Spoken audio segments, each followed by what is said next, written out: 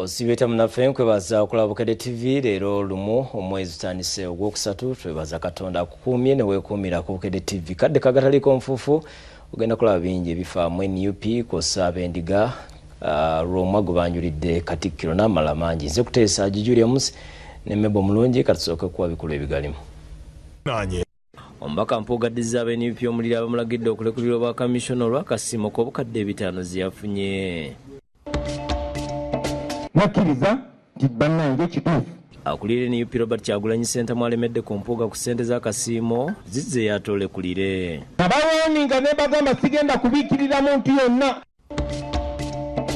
Ab'ekika ky'endiga banjulidde Katikkiro Mayiga Roma omujja yeri yalwasibuuza abo.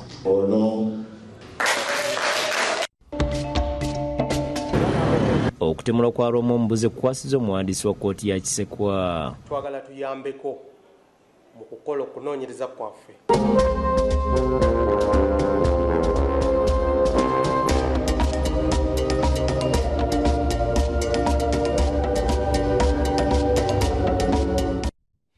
Nyongera kwebazawo nawo osinzire okutulaba mbujjivu tutandise n'agombaka wa Nnyendo Mukungwe Mathias Mpuuga alayidde nga bw'atagenda kulekulira kifo ky'obwa Kamisona bwa Parliament nga bwe yasabiddwa aba NUP nti kuba ensonga ezimugobya teziri mu ggumba.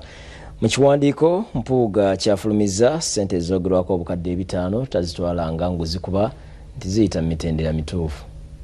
Kyaddaaki Kamisona wa Parliament Mathias Mpuuga Nsamba avuddemu omwasi ku kiwandiiko ky'ekibiina kya National Unity Platform ekyamusabye alekulire ekifo ky'obwa Kamisona kyabaddemu oluvannyuma lw'okumwoleka nti aliko obukadde 500 ez'akasiimo akamuweebwa Commission ya Parliament ng'akulira oludda oluvuganya gy'olusennyonyi bwe yarambise.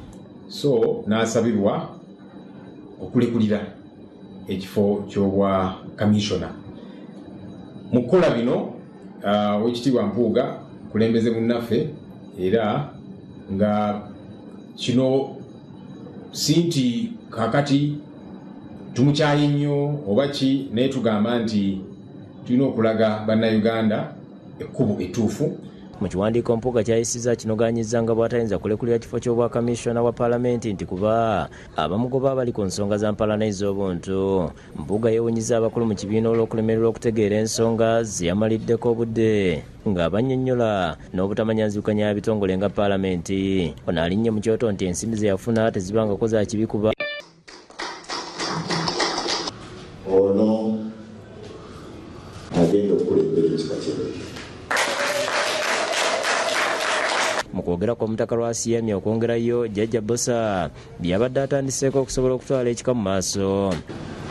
Niyama okuweereza Obuganda, okuweereza ekika ky'endiga, obutatiitiira n'okwongerayo mukadde waffe eyabuze yalese atulambikidde okukola.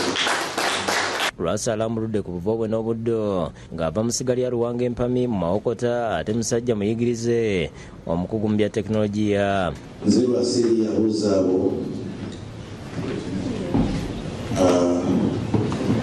mutabani w'omugenzi Ezekiel Bapereru Jawas muzzukulu wa Buzaabo era ng'olujja nze ndukulembera muzzukulu wa Nansambu muzzukulu wa Mpima jjajja naye natambudde naye muzzukulu wa Lubanga essiga lintembeeta okuntuusa mu kifo kati kyengendamu ekyalumwa. Ndi musajja muganda yeddira endiga asibuka embaale ng'omubala gwaffe nabosa bawale buliisa endiga. Katikkiro Mayiga amusabye okugatta ekika n'okumaakuma abazzukulu. Abassebo jjajja okumaakuma abazzukulu naye mu kumakumaakuma bakumaakuma baza wa Ssaabasajja Kabaka oyitibwa mutaka, Kabaka ayitibwa Ssaabataka, ekitegeeza Kabaka ye mukamaawo era Kabaka yakutwala. Mu ngeri emu asabye gavumenti okulaba nti bafuna obujulizi n'amazima ku ttemu eryakoleddwa ku Lwomwa Bosa. Nsaba gavumenti ekole buli ekisoboka okulaba nti abatemu bano tebakwatibwa bukwatibwa naye bagibwako obujulizi bwonna obwetaagisa tutegeerere ddala ekyasibukako ettemu lino. Asibye abendiga okubeera omwera n'ategeeza nti essiga lirina okunywera okusobola okulwanira Namulondo. Nkusaba ssebo ogatte ekika omulimu gw'olinako munene nnyo, nkusaba okumeekuma abazzukulu. Lydia Nakiguli Leonard Kakoza bakusakidde gweno ku Bukedde TV. Ab'ebyokwerinda bakutte omuwandiisi wa kkooti ya Kisekwa ku byekuusa ku kutemulwa kw'abadde Lwomwa Engineer Daniel Bosa. Kyokka abatuuze bewunyiza obukambwe obwakweseddwa. Mmire Naluwendo omuwandiisi wa kkooti ya Kisekwa mu Bwakabaka yakwatiddwa mu kiro ekikesezza olwaleero. Okusinza ku bantu be, bino byabaddewo ku ssaawa 3 ez'ekiro nga kigambibwa nti ab'ebyokwerinda bamutwalidde mu mmotoka ekika kya drone nga bamuggye mu dduuka lye erisangibwa mu Kyaki Zone e Rungujja. Abeerabiddeko n'agaba okuli Ahmed Lubandi bagamba nti yabadde ensiitaano y'amaanyi olw'obukambwe obwakweseddwa. Kati ffe twabadde tumanyi nti bakasitoma be ne bajjira ne drone mpola mpola. Bwe bazze drone ne parking awo ne mubaamu abasajja ne bayingira mu ndomo nga tumanyi bakasitoma be. Twagenza okuyiya ekyaddiridde ng'akuba enduulu nga bamusikayo. Bwe bamusiseeyo bamuleeta okumuggyayo wano akuba enduulu nti ababbi ekigere kyalaalidde wano mwala nga bamuyingiza drone. Abasajja bwe bajjiddeyo emmundu ne batandika okukuba amasasi. Era nze nabadde yali ku pikipiki n'enjivaako n'entuula wansi nga ndaba. Musajja n'ajja emisinde n'ayimiriraawo, omulala n'ayimirirawo n'atugoba emisinde ne bakuba amasasi. Omukazi ne bamukuba muno ebigala by'emmundu muno. Badde ndi wange ne mpulira amasasi mirundi ng'esatu. Kye navudde nkubira owa security wange ne mubuuza kiki ekiri eyo. Nti banoonye mukyala Kuuka, nti bamunoonye ku kibaane abamunoonye. Nti abaami bajjidde mu drone tyotyo akati bwe batuusaawo. Nti ndowooza abatuuze engeri gye bamanyi omukyala oyo ne baagala okurizisitinga nti tagenda agenda atya. Kyekyavuddeko okuvuga kw'amasasi okwo. Atwala ebyokwerinda mu kitundu Christopher Kimoga agamba nti embeera yabaddewo n'okutuusa kati ekyabiwanisiza emitima. Kitiisa okusinziira ku byokwerinda byaffe bwe tubadde mu zooni kuba tubadde tulina embeera ya mirembe tetufunangako byekango bwe biti kunona abantu kubakwata mu mbeera eriwo. Minisita w'ebyamawulire mu Bwakabaka Israel Kazibwe-Kitooke ayogedde ku mbeera yabaddewo mu kukwatibwa kw'omukozi waabwe. Wabaddewo n'okukubibwa amasasi okuba amasasi mu bbanga naye oluvannyuma tufunye okutegeezebwa ab'ebyokwerinda kuva mu kitongole ekya Central Intelligence Agency ekya CID nakyo ne batutegeeza nti omukyalo ono be bamulina. Agamba nti wandibaddewo okwogerezeganya singa wabaddewo omusango. Muyita mu bitongole ebimanyikiddwa nga poliisi ne mumweyanjulira ne mumutwala nga ne famire yeetegedde.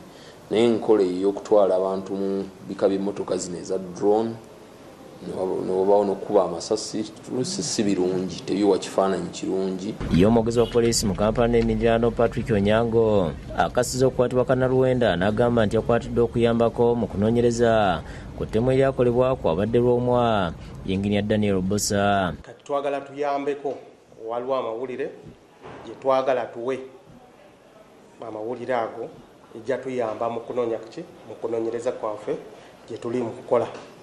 Ali mu mikono gyaffe ayogera and is cooperating with us. Desani Mutyaba yakusakidde gwino ku Bukedde TV. Tugenda kumula mu katono tukyadda n'amala mangi toba.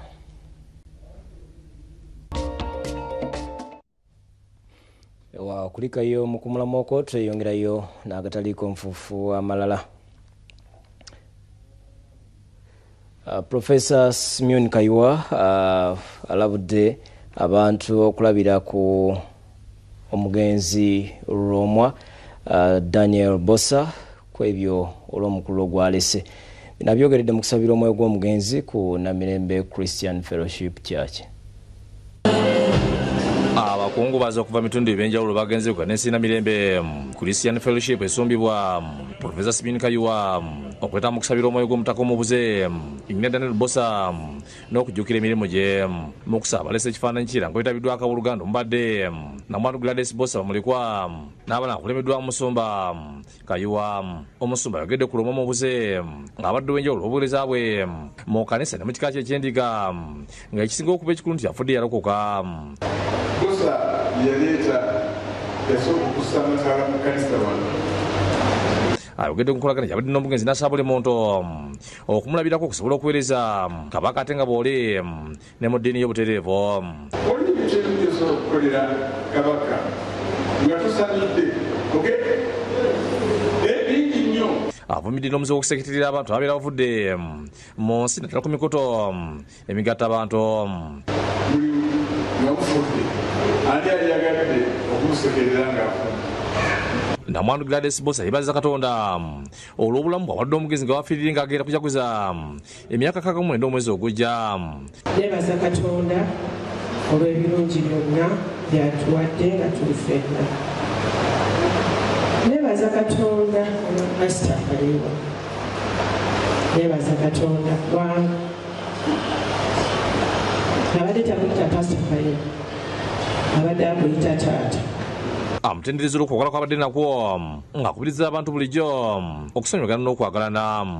Tulina okusonyiwa buli muntu yenna atukoze obubi. Ffe tetulina kusala misango. Ekyo mbadde nkyogerako okuva omwami bwe baamutta. Abo abaamutta Stanley yabatawaanya. Ayogedde ku nteekateeka y'okutandikawo ekibiina ekiyamba abantu abatalina mwasirizi kuba abadayanira okukikola. Tunuuliranga nnyo ebimuli bino ng'agamba nti ssente ezoonoonebwa mu bimuli ebyo wakiri mutandikangawo charity. Boba muleko boogedde ebintu ebinjolo bayigidde ku mugenzi ebiyamba okutwala omukululo gwe mu maaso. Tulina okuwagala abantu kuba taata yagala abantu. Yali selfless. Yayagala nnyo abantu. Tulabe lampu ya ddadi naye nze ndabe lampu ya ddadi wano. Mami waali tugenda kubeererawo. Tugenda kukola ekyo kyonna kye tusobola with God's grace okukudaabuda. Abawala okuli muto w'omugenzi Jeje William Semukasa ne John Kelly Lukyamzi batendeza omukululo gw'alisa akoze.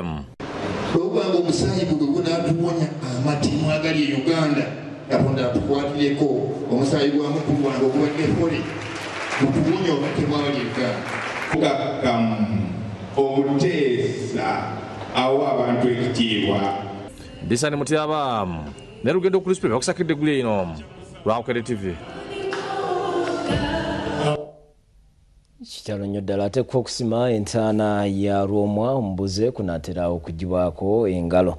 Kyokka eno abali mu kugisima basabye baweereze ekkanyama nti kuba bakooye ebijanjaalo. Enteekateeka z'okutereka Rwomwa omubuze Daniel Bosa ku butaka bw'ekikembala empigi ziri mu giya. Abatwala ebyokwerinda empigi nga bakulembeddwa mu RDC Kigozi Sempala balawonya ekifo nga olwo n'abakulembeze b'ekiko okubadde omuwanika waakyo Lutalo Lawrence n'alongo na Bosa Namunene Ssenokuma Steve n'obune ssentebe w'ekyalo Kamya Joseph. Byonna zigenda kubeera divided, ezisooka zijja kusigala eri ezadvancing ezimu ezijja. RDC alambuludde engeri ebyokwerinda gye bigenda okukwatibwa omunalabula ababbe tebakolwako. Era tukimanyi nti nabo bateekateeka beetegese dda naye bateeketeeke nga bamanyi nti naffe tubakoze eki tubalindiridde. Kati wano tumaze okulaba engeri abanaatuula mu tenti zino, abakungu okuva Emmengo, abakungu ba gavumenti, abakungu abataka ab'ebika n'abalala abo bakatikkiro b'ebika, abantu abafaanana mu kitiibwa ekityo. Then bali abalala be tunaakuumira eri tugenda kwekuuma ffenna. Leero abasima entaana tubasanze nga bakola nga n'omwenge bafunye bakola banywa. Era ekyokunywa si mwenge na bwenge, ekyokunywa amazzi tugafunye. tuli bamativu akenge bagezezzaako katuwa naye kaweddemu era wakati mukusima balabye ebijanjalo ku kyoto ne bawera obutabirya tibagala nnyama koyo okulya ebijanjalo twagala akanyama naffe tujja kulagana bijanjalo buli lunaku lwakiri batugulireyo akanyama ne olunaku lw'enkya ettooke batufumbire akaceere enkya tetujja kulinnyawo wano ffe abasire obedde abali wansi mukusima begatta ku basikitaka waggulu ne bakalambira nti balina kusooka kulya ku nnyama bafune amaanyi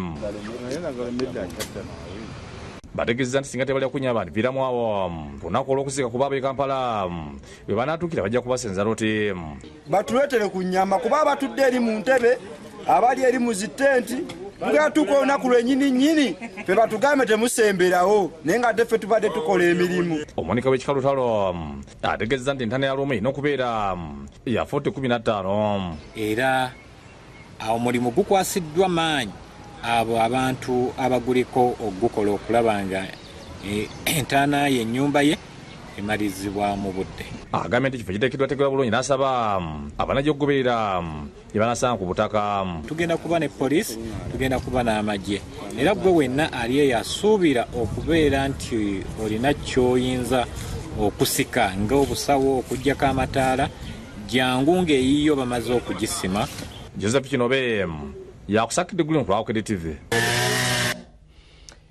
Ate mu mboozi zaffe zikwata ku bakyala leero tugenze Kiwenda olabe eyeyimirizaawo ng'akuuba amategula.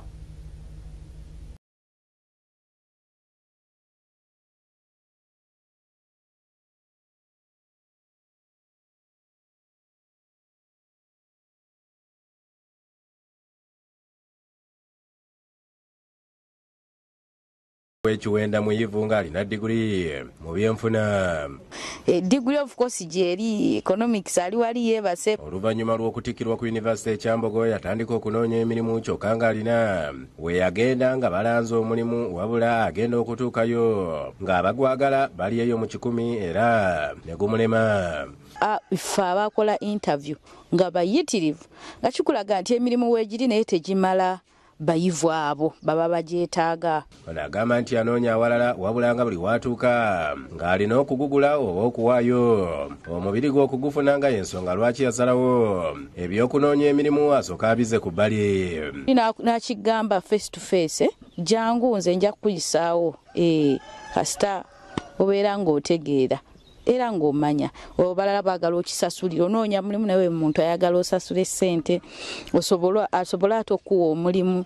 Of course omuntu aba desperate aba anoonya mulimu mini nga batalina ssente. Muhimbo alina mukulu we akola ogw'okuyoyoota empya z'abantu ng'ono yamutuukirira n'amusaba okumwegattako era n'akkiriza kyokka eno yafunirayo ekirowoozo eky'okukuuta amategula agaba gagubye kuba buli we baalongoosanga empya z'ennyumba ng'ate olutunula waggulu nga yo wacaafu. Yasaba mukulu we amukwasizeeko ku by'okulongoosa amategula era n'akigesa nga kikola ng'awe yatandikira. Twalinga tukola compounds naye nga amategula ate tuleka macaafu ne muyitiramu ne mugamba naye kati oke tumaliriza langi basiize naye waggulu yo bakolayo batya like basiigayo bozaayo bagenda gajjako bateekeko mapya bakola ki ekyamazima kyoggo okubanga gavaayo bulungi ng'era omuyivu bw'aba nengezaako okusaakinga kumanya ku internet rufu bazirongoosa batya. Yeewola amagezi okuva mu butambi bw'abazungu ku YouTube okwongera okukuguka mu mulimu guno era bano balina obuuma bwe bakozesa. Nayongeramu interior cleaning luwi nabeeranga ku mategula naye kati nongosa ne mu nnyumba mashini zonna weziri ekyali ekyokusaagiriza mu kusooka kyavaamu omulimu. Omulimu guno agwenyumirizaamu kubanga gumuwadde buli kye yeetaaga nga tayinza kukola mulimu gwa woofiisi gwonna okuggyako ng'atudde muzize. Asabye abakyala bave mu kulera engalo bakole bakomye okusosola mirimu kubanga tewali gw'abasajja n'abakazi. Ebiseera ebisinga tusoma omuzadde alina ekigendererwa kye lwaki akuweerera naawe olina ebiruubirirwa lwaki osoma oyagala kubeera kino naye kiba tekisobose what next ekyo kirina okubeera mbwongo obwo ng'osoma. Asabye abantu obutatunuulira buzibu buli mirimu gye bakola wabula essira balise ku ekyo kye bafunayo. Kubanga n'omukyala omukozi tamanyiirwa, omukyala alinamu akasente mu nsawo tajoogebwa, omukyala oyo alinamu akasente mu nsawo yasobola okwongerako omwami we. Abudu Muwonge yakusakidde eggulu lino ku lwa Bukedde TV. Nabino ngataliiko nfu. Minisita Mayanja azizza abantu 2,000 ku ttaka ku baagobwa ayagala NFA ewerebwe. Webali kubeera naffe mu malala ge tulina minisita omubeezi w'eby'ettaka Dr. Sam Mayanja azizza abantu 28,000 ku ttaka kwe baagobebwa mu kibira kya Bajjo e Galiraaya mu Kayunga. Minisita Mayanja era ayagala NFA ewerebwe. Abaana babasirwanako mu Sematali yasooka n'owokubiri abegatte mu kibiina kyabwe ekya Uganda Owaodo Wananto Ex-Servicemen's Association basobeddwa olw'engeri ssente zaabwe zaakasemesebwa mu bihumbi 100 gye zazibwa ku akawunti mu banka mwe baagigula. Abakulembeddwa mu Engineer Kyakonye Mayeko Dani bagamba nti bakola ekibiina okulwanirira ettaka n'ensimbi z'abakadde baba balwana n'okulaba nga basasulwa. Tutunuulira ssente ezatusuubizibwa gavumenti kuba twalina okusasulwa tiriyoni 43. Gavumenti yetugamba, President atugamba tuharmonizing tufune mu bits ne tusooka tuteekamu request eyasooka ya biliyoni 5.5 ne zijja mu banka. Baatuuka ku ntegeeraganya gavumenti ya Bugeza n'eyakuno babasasula obutabalika mu bitundutundu era basaba President Museveni n'abakkiriza mbeera namu obukulembeze balina okununula ensasula ensimbi zino nga bakulemberwa Mpona Robert nga bemukono ne Kyaggwe bakulemberwa Muti Abatone bano basalawo okufuna bannamateeka abalambika ku nsonga eno okuli n'abalukwagan Company Advocates. Gavumenti etandika okubasasula ssente kyokka ekyewuunyisa tewali mwana wa mulanyi nyina yafunye ssente nga zize zibulira mu banka.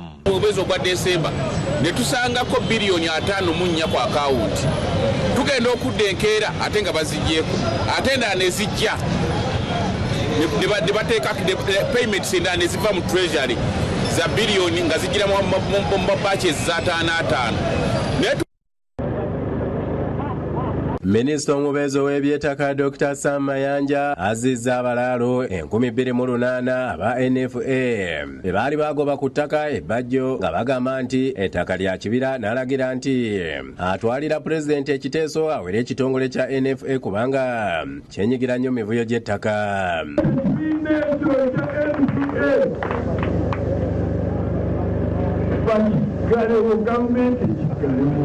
Alagidde ebitongole ebikulira amagye ne poliisi okujjayo bunnambiro abasirikale abasibwawo okukuuma abantu obutaddayo mu bifo mu baagobwa era ne yeewera nti singa kino tekikolebwa mu bwangu abasirikale abo ne bakama baabwe baakugobwa.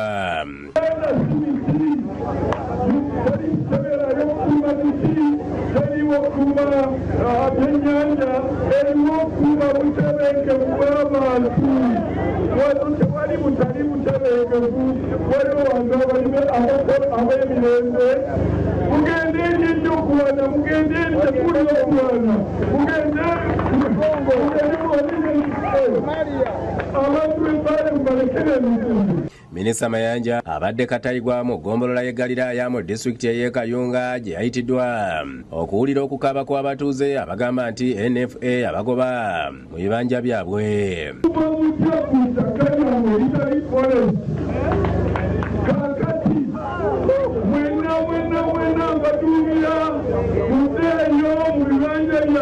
Wabula NFA mu lukiiko luno teyakiikiriddwa kyokka nga bazze bakyogera lunywe nti ekibira baagala kukizzaamu miti era kimenya amateeka okulundiramu n'okulimiramu.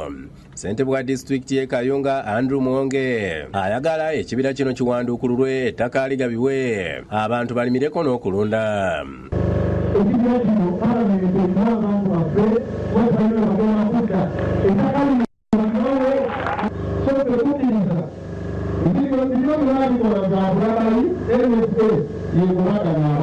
Muwonge asiimye engeri Minisita Sam Mayanja gy'akutemu eby'ettaka ng'agamba nti kiyambye okendeeza ku bufere mu by'okugula n'okutunda ettaka.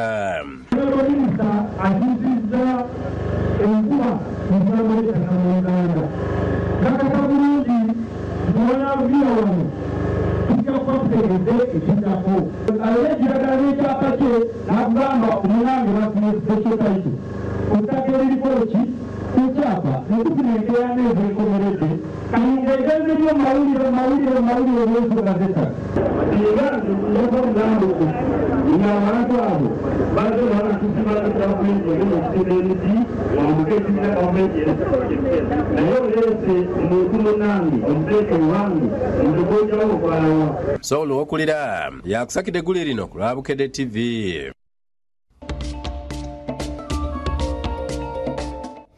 Webale kubeera naffe mu malala abakulembeze b'abasuubuzi mu ggwanga abalajendekano Edith Nakalema akulira akakiiko ka State House Investors Protection Unit olw'okunyigiriza kwe bayitamu mu mirimu gyabwe.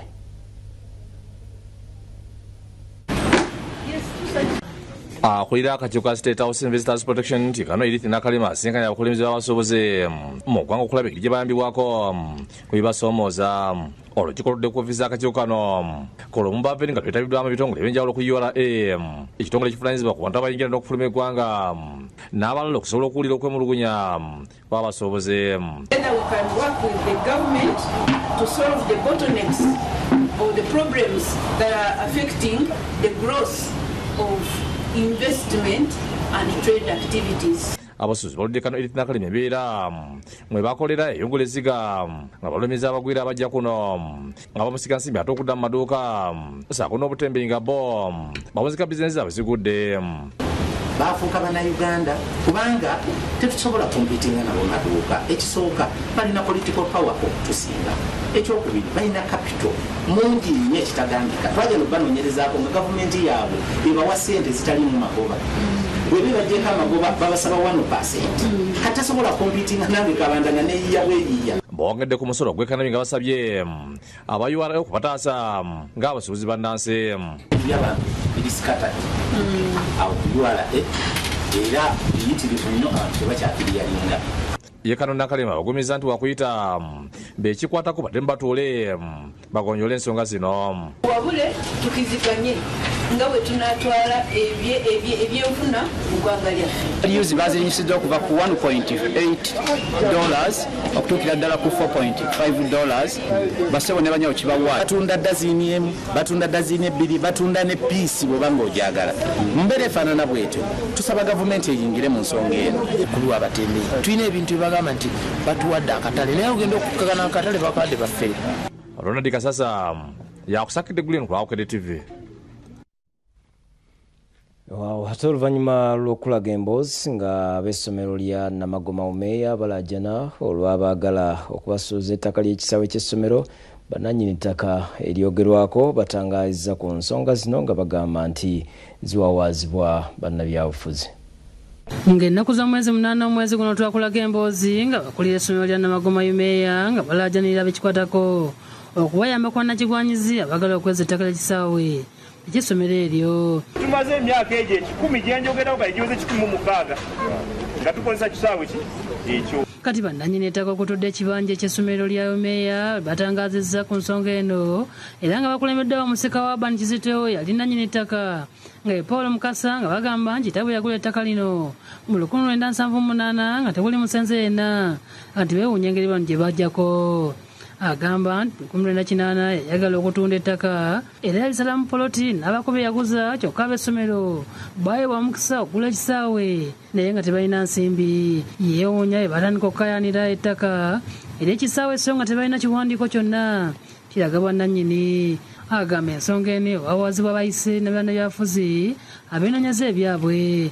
Kati olw'okuba nti wabeerawo omuntu omulonde nga Walukagga kati bwe bamuyita olw'okuba mu kitundu mwe bamulondera bamukozesa nga kyakulwanyisa ye tajja bagamba nti omusango gubasinga. Twogeddeko n'abalala abakula ettaka lino okuli Doreen Nsubuga ne Badiri Mutaawe ng'ono akiikiddwa manyina Hawa Nabalwa nga balaze ebiwandiiko ebikakasa nti baagula ekifo kino. Alaze engeri gye basamulisamu akakanja ku ttaka lye yeegulira okuva mu mwaka gwa 2023 baagana okulivaako. Ettaka liri wano, omuzikiti guli eri, essomero liri mabega wa muzikiti. Naye bwe bajja mu mawulire bagamba tukoona omuzikiti, tukoona essomero. agamba mwaka wa 2019 bamutuukirira nga bagala okukula ekifo ne baleeta n'omubalirizi wa gavumenti nga ebyokusasula byakoma ekisinga okumuluma byebakulembeze okubeesamba nga ne babayita mu nkiiko tebalinnyayo. Tewali yanzirira n'entekawo ebyo baatikulu omukaaga baali babitaddewo halfway ne bajja ne babikoona. Agambye ensonga zaatuuka dda mu kkooti kyokka oluyiira abasiraamu naye terulinnyayo. Nze ndowooza nti woba oyagala okugula okola evaluation ng'ettaka okimanyi si liryo. Kati kyenjagala oba kyensaba ne kyennoonya bwenkanya mu offices ezikwatibwako. Enaalongo Nabbalwa naye alambuludde ku nsonga z'ettaka lino era nga batiisibwa okuva ku nsonga zaalyo. Nze bansuulirako n'ekibaluwa nga kimpooninga Naalongo tutegedde yeggwe atulemesa ettaka naye ekinaakutuukako ojja kiraba. Ekibaluwa ekyo nakitwala ku poliisi. Olukiiko luyitiddwa omulundi guno olugudde butaka n'abakulembeze badde balina okubeeramu tebalabiseeko. Mu kusooka oludda lw'essomero lwategeeza nti n'ab'essomero bakibanja era si bakkiriza kumala kasindiikirizibwa. Baagala kujja kukozesa maanyi kutwalawo nga tebafuddeeyo baana bazannyidde. Meeya wa Lukaga mu kuyingira mu nsonga zino era yategeeza bw'ati. Ng'essomero erina okusooka okuweebwa omukisa okukola ki? Okwegula. Pisi Navuga yakusakidde eggulu lino ku lwa Bukedde TV.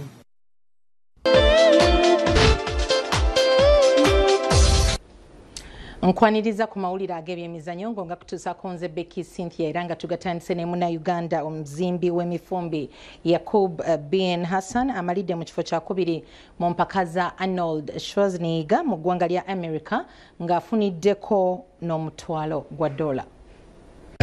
So basebo ne banyaba manya bapita Yakub bin Hassan tuli mu Columbus, Ohio mu United States of America nazze e Columbus okukiikirira eggwanga Uganda mu bodybuilding championship tusobodde okuwangula omudaali twakutte ekifo ekyokubiri era kikino omudaali mugulaba enamba yino mugiraba Kusibya Kiwani. My brother, you extend the camera, they see this is second place ndoza mukiraba. So bana Uganda tuli so proud. Tubagala nyo, my brother, thank you so much, congratulations. Thank you. Yes, you represent which country? Ukraine. Ukraine. Yeah. Uganda, Ukraine. Tubagala nyo, thank you so much. Nende bazanyo katonda ti. Zendi nacho bodybuilder tusobodde okuwangula bana Uganda mwina nsanyuse nnyo mwebale nnyo kunsabira. Tuli bawanguzi kati kasuka ngendeko Miami nkyakalemuko. Nabagamba maze omwaka omulamba nga netegekera empaka zino eza Arnold bodybuilding championship. Tuli bawanguzi mudali mugulaba. Ate mu malala Munnayuganda omukubi w'ebikonde by'ensimbi Zebra Senyange Junior olunaku olw'enkya ali mu migwa okuttunka ne Ahmed Saad enzaalwa ya Misiri mu kibuga kya Dubai ekya United Arab Emirates. Omukubi w'ebikonde by'ensimbi Isaac Senyange Junior wakuyingira emigwa olunaku olw'enkya okuttunka ne munaasi wa Misiri Ahmed Saad. Olwana wakati wa Senyange ne Saad lwakubeera mu kiseera kya goofu ekya Yas Marina Link Golf Course Island mu kibuga Dubai ekya United Arab Emirates.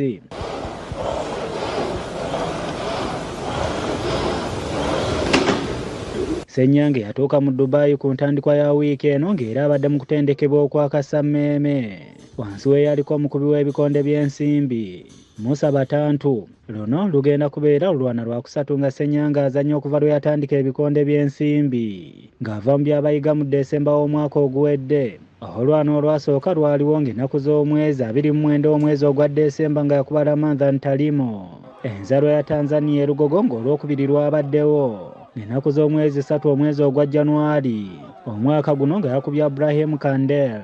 Enzalwa ya Misiri ekikonde tonziira nga mu lawundi esooka nga babadde mu kibuga Abu Dhabi ekya United Arab Emirates.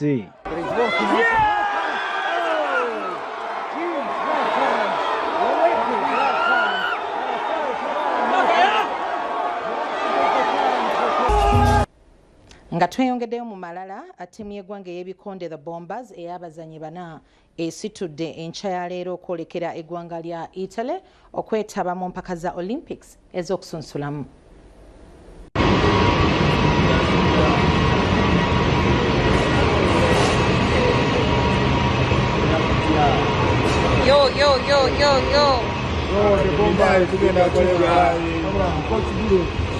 Tujja.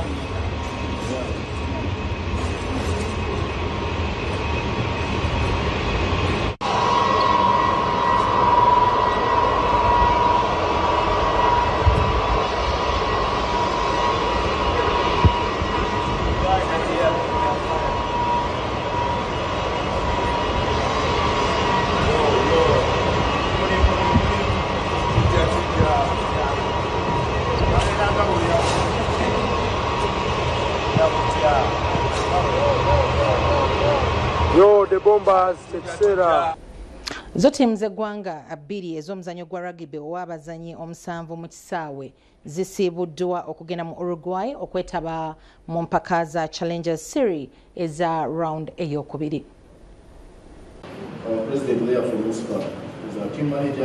Omukolo ogusiibula ttiimu z'eggwanga ez'omuzannyo gwa rugby ow'abazannyi omusanvu mu kisaawe okwolekera eggwanga lya Uruguay okwetaba mu mpaka eza Challengers Series eza round ey'okubiri. Gubaddeko Pakimuni e Lugogo. Empaka zitandika nga 8 zikomekerezebwe nga 10 omwezi guno ng'omukolo ogusiibula ttiimu gukoleddwa. Amyuka omuwandiisi w'akakiiko ka NSS David Katende.